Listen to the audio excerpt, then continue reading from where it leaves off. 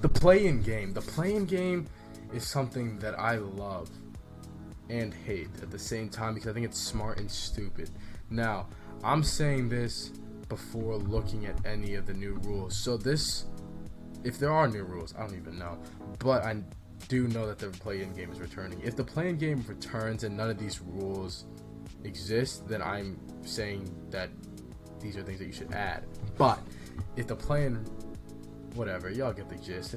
Anyways, what I'm trying to say is the play-in game in my head is a very good concept. It's a very good general concept. But with that being said, there are a few things that don't really make sense. Oh, one main thing that doesn't really make any sense.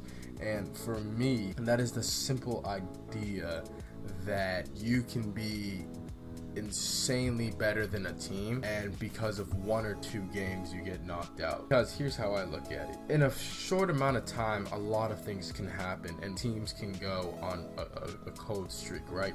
So if I'm a 7th seed and I play 2 games and lose both of those 2 games, but the person behind me was like, what, 10-15 games behind me or whatever, I don't know, that may be pushing it, but say 10-15 games to be able to make a visualization of what I'm thinking of here.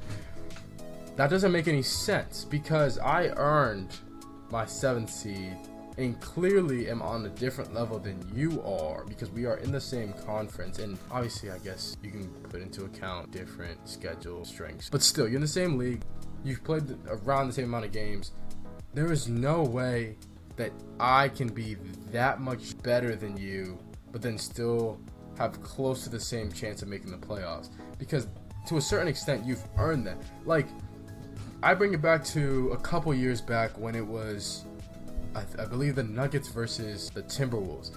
And that was one of the most hard-fought games I've seen in a while, especially at that point in the season. At the end of the season, usually it's when you're resting players and stuff, because they were separated by a game, and that game would solidify who made the playoffs.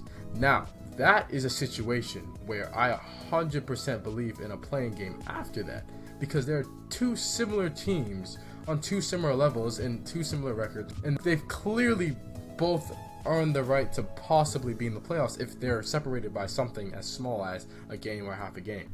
Now, what is the marker for that? That's what I would want to figure out, and I think I'd probably leave it to professionals, so I'm not going to split up a number here.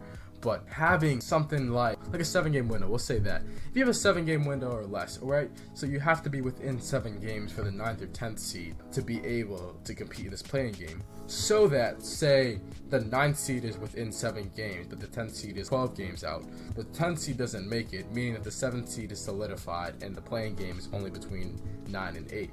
Right? Because if you're the 7th seed and you're way better than the teams ahead of you, there's no reason for a play-in game. That defeats the purpose. You earned your right to be in the playoffs by that point.